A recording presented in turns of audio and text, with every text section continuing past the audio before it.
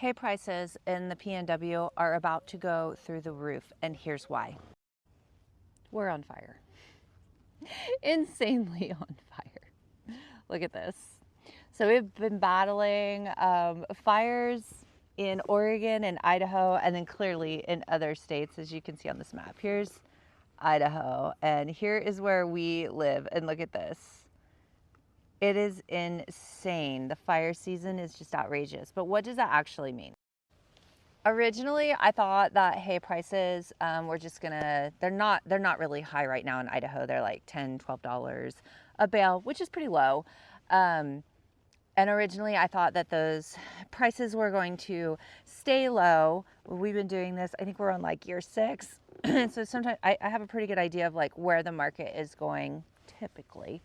And because of just everything that's going on in politics and it being an election year and the things that we've seen in the stock market, I mean, horses are, which is who we cater mostly to, horses are, you know, a recreational, they're a nicety, they're not a necessity.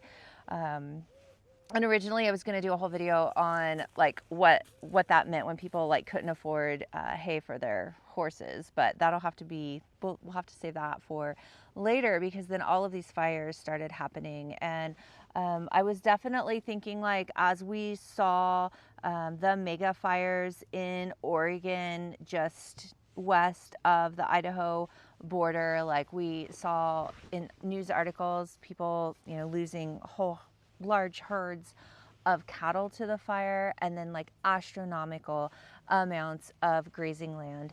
And when grazing land disappears, they're going to have to bring their cattle in sooner than later. And when they bring in their cattle, they have to feed hay. But then in another turn of events, so now we have like, I think what's nearing on a mega fire, the Paddock fire, out of like it hit in the corner of 3 different counties here in Idaho.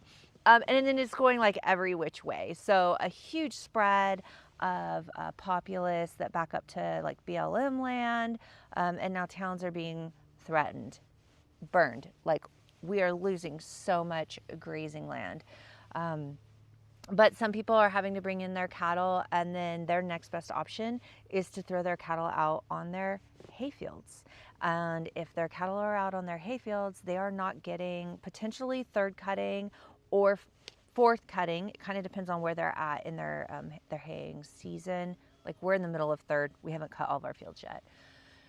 But if you throw your animals out onto your hayfield, you're not going to be swathing and baling said hayfield, which means that you're just biding your time, right? You're going to need hay. So it is my prediction that hay prices are going to go through the roof because the grazing land has just fallen so short this season, at least in our area, like the Pacific Northwest. I'm really curious.